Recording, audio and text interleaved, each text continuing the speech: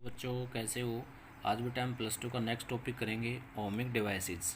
Ohmic ohmic devices यानी कौन से होते हैं। देखिए जो डिवाइस ओम्स लॉ को ओबे करते हैं ना वो ओमिक डिवाइसेस होते हैं। ठीक है, devices which obey Ohm's law completely that is whose V I graph is straight line are known as ohmic conductor. यानी जिनका वी आई वोल्टेज और करंट का जो ग्राफ हो क्या आएगा स्ट्रेट लाइन। हमने ओम्स लॉ में पढ़ा था बेटा ये। ठीक है, such device is non such circuit is known as ohmic circuit. ठीक है, एन एग्जाम्पल दिया है a perfect conductor obey ohmic Ohm's law completely. एक परफेक्ट जो कंडक्टर होता है, बेटर कंडक्टर होता है, वो क्या करता है ओम्स लॉ को ओबे करता है, वो ओमिक डिवाइस होते हैं। दूसरा आता है बेटा नॉन ओमिक डिवाइस। इसका उल्टा कर दो, the device which does not obey Ohm's law completely that is whose V I graph is not straight line. Straight line नहीं होना चाहिए, बाकी कुछ भी हो सकता है, is known as non ohmic device and such circuit known as non ohmic circuit. जैसे एग्जाम्पल में दिया है फिलामेंट ऑफ द बल्ब, जो अपने जो बल्ब होता है इलेक्ट्रिसिटी वाला उसमें जो फिलामेंट तंतु होता है वो ओबे नहीं करता है ओम्स लॉ को, then it is a non ohmic device. उसका जो ग्राफ है वो ऐसे जाएगा बेटा। ठीक है, कुछ ऐसे जाएगा। शुरू में क्या करेगा, करंट ज़्यादा लेगा, उसके बाद कुछ करंट कांस्टेंट होता चलेगा। ठीक है, उसके बाद है दूसरे जो एग्जांपल हैं सेमी कंडक्टर डायोड है। ठीक है, ये आप पढ़ोगे 9th यूनिट में डायोड पूरा। ठीक है, उसका अगर आप कुछ ऐसे जाएगा, शुरू में वोल्टेज बढ़ाते हैं तो करंट जीरो रहेगा। देखिए यहाँ तक करंट जीरो था, उसके बाद करंट ने ग्रो करना किया स्टार्ट किया, फिर करंट फटाक दे इंक्रीज कर जाएगा। It does not obey Ohm's law. ठीक है, thus it is a non ohmic device. ठीक है बेटा, नेक्स्ट आता है अपना टॉपिक जो है टेम्परेचर डिपेंडेंट रेसिस्टेंस। टेम्परेचर पर डिपेंड कैसे करता है रेजिस्टेंस, आज हम ये बात पढ़ेंगे यहाँ। ठीक है, कई बार ऑप्शन में पेपर में भी आपके आ रखा है बात। It should be noted that when a metallic conductor is heated then their resistance increases. देखिए बेटा एक बार मैं बता देता हूँ रेजिस्टेंस क्यों इंक्रीज करता है। जब कंडक्टर को हम गर्म करते हैं तो रेजिस्टेंस उसका क्यों इंक्रीज करता है। देखिए गर्म करेंगे तो उसके अंदर फ्री इलेक्ट्रॉन्स हैं।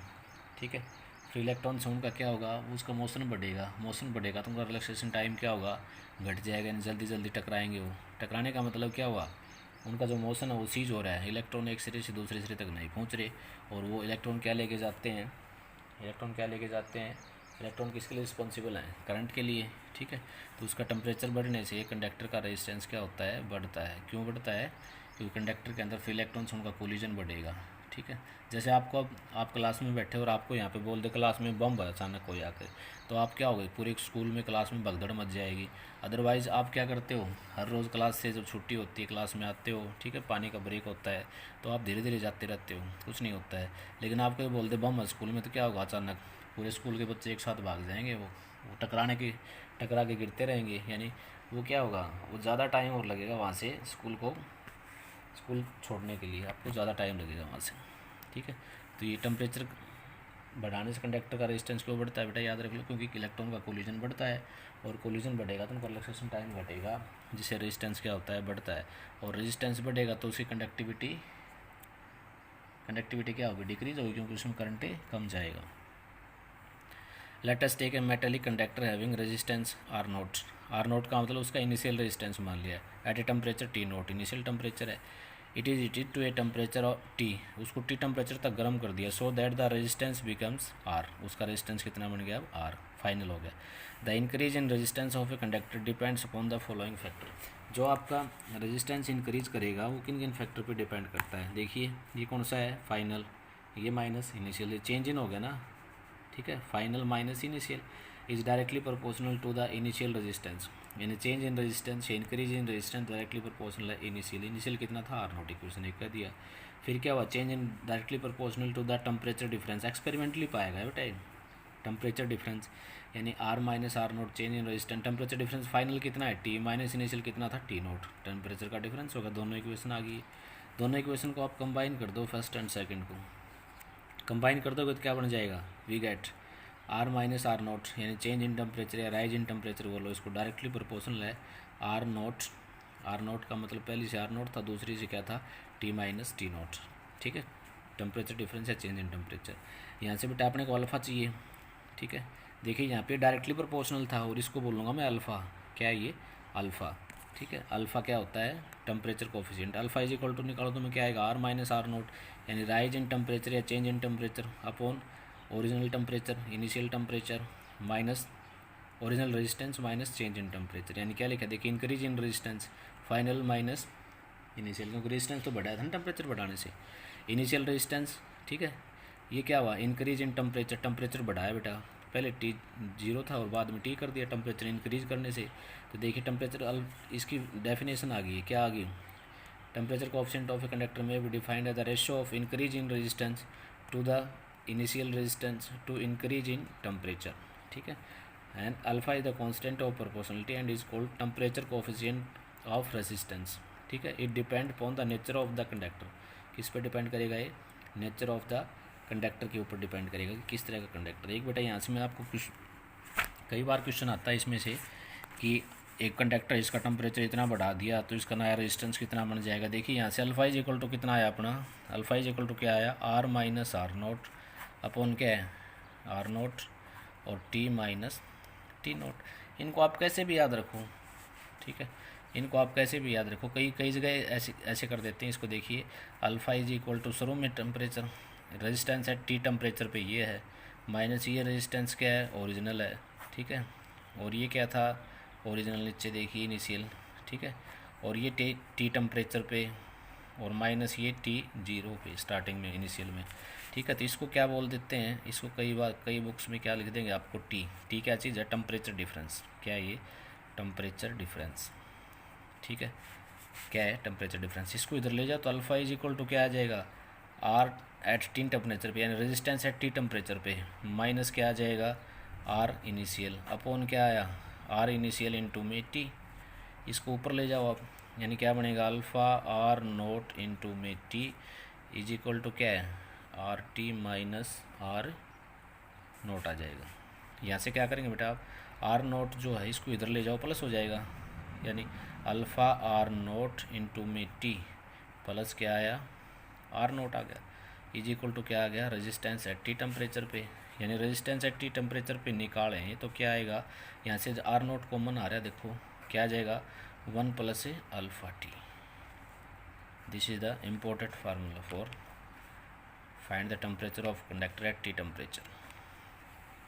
देखिए मैंने यहाँ लिख दिया है आर, सेम फार्मूला यहाँ बना के लिख दिया है R T R note 1 plus alpha T. यहाँ पे देखिए आर टी क्या है रेजिस्टेंस एट टेम्परेचर टी है। ठीक है, आर नोट क्या है इनिशियल टेम्परेचर कितना देगा उसका, या ये दे देते इनिशियल निकलवा ले, कोई दिक्कत नहीं निकाल देंगे, इसको ला करके यहाँ डिवाइड कर दो, कौन सा भी निकलवा लो। अल्फ़ा क्या है टेम्परेचर कोएफिशिएंट और टी क्या है टेम्परेचर डिफरेंस। टी क्या चीज़ है बेटा टेम्परेचर डिफरेंस। तो इस फार्मूले को आप याद रखें। अब डिफाइन करेंगे हम अल्फ़ा को, यहीं से डिफाइन कर देंगे, ये लिखा है ये याद रख लो बस। इट में भी defined as the ratio of increase in resistance per unit initial resistance per unit rise in temperature. ये देखिए ये बात लिखी है, increase in resistance per unit initial temperature per unit rise in temperature. ठीक है, it should be noted that the value of alpha is अलग अलग होती है बेटा इनकी। फॉर कंडक्टर के लिए अल्फ़ा की वैल्यू क्या होती है पॉजिटिव। ठीक है, its value is positive for all metallic conductor, ये याद रखो आप। That is their resistance increase with rise of temperature, यानी कंडक्टर का रेजिस्टेंस क्या होता है इंक्रीज होता है किसके बढ़ाने से, टेम्परेचर के बढ़ाने से। तो इसमें अल्फ़ा की वैल्यू क्या रहेगी पॉजिटिव रहेगी। फॉर इंसुलेटर और सेमीकंडक्टर दोनों के लिए अल्फ़ा क्या होता है negative, its value is negative and that is their resistance decrease with rise of temperature. ये आप पढ़ोगे 9th यूनिट में। ठीक है, यानी जो सेमीकंडक्टर होते हैं उनका टेम्परेचर बढ़ाने से रेजिस्टेंस घटता है। ठीक है, रेजिस्टेंस उनका डिक्रीज होता है, इसलिए इसकी वैल्यू क्या होती है टेम्परेचर कोएफिशिएंट के नेगेटिव। अलॉय जितने भी आपके होते हैं निक्रोम मैग्नीशियम क्रोमियम, ठीक है, ये जितने भी अलॉय हैं, ठीक है, कंसिस्टेनियन, ये सारे जितने भी अलॉय हैं उनकी टेम्परेचर कोएफिशिएंट की वैल्यू काफ़ी लो रखी जाती है ताकि टेम्परेचर बढ़ाने से उनका रेजिस्टेंस चेंज ना हो या चेंज काफ़ी कम हो उसके अंदर। ठीक है, यानी अल्फ़ा की वैल्यू अप्रोक्सीमेट क्या होती है 0, अल्फ़ा की वैल्यू अप्रोक्सीमेट क्या होती है 0। तो for alloy its value is very low when they are heated, their increase in their resistance is very small. जब उनको गर्म करें तो उनका रेजिस्टेंस काफ़ी कम चेंज हो, यानी कहने का मतलब रेजिस्टेंस इंक्रीज काफ़ी कम हो। जैसे नाइक्रोम इरुका मैग्नीशियम कंसिस्टेंट, ये सारे क्या हैं अलॉयज हैं। इसी का उल्टा कर दें बेटा, टेम्परेचर डिपेंडेंट रेसिस्टिविटी आती है, सेम बिल्कुल सेम है। जैसे हम रेजिस्टेंस का करके लाए हैं ना, आर की जगह क्या पुट कर दो बस रो, आर की जगह क्या पुट कर दो रो, किसका आ जाएगा टेम्परेचर डिपेंडेंट रेसिस्टिविटी का। ठीक है, देखिए फार्मूला आ जाएगा और डेफिनेशन क्या हो जाएगी, इंक्रीज इन रेसिस्टिविटी पर यूनिट इनिशियल रेसिस्टिविटी और per unit increase in temperature हो जाएगा बेटा। तो इसका रेसिस्टिविटी के लिए भी फार्मूला सेम है, यानी कैसे निकालोगे आप, रेसिस्टिविटी पूछ लिया आपको। ठीक है, यानी ये रेसिस्टिविटी टेम्परेचर टी है, ये रेसिस्टिविटी 0 टेम्परेचर पे, ये टेम्परेचर डिफरेंस टी मान ले। ऐसे ही फार्मूला आपको बना के दे दे तो आप टेम्परेचर का निकाल दोगे, इसकी रेसिस्टिविटी या टेम्परेचर टी पे क्या होगी। टेम्परेचर कोफिशिएंट का यूनिट क्या होगा, यूनिट का जिक्र कर लें हम। देखिए ऊपर रेजिस्टेंस है, ऊपर क्या है रेजिस्टेंस, नीचे क्या है रेजिस्टेंस, उसके बाद नीचे क्या है इंक्रीज इन टेम्परेचर, यानी इसका ऐसा यूनिट क्या हो जाएगा टेम्परेचर कोफिशिएंट का पर केल्विन, ऐसा यूनिट क्या हो जाएगा पर केल्विन। यहाँ से देखिए ये रेसिस्टिविटी कट जाएगा, नीचे जाएगा तो ऐसा यूनिट क्या है इसका पर केल्विन, ऐसा यूनिट क्या लिखेंगे पर केल्विन। ठीक है बेटा।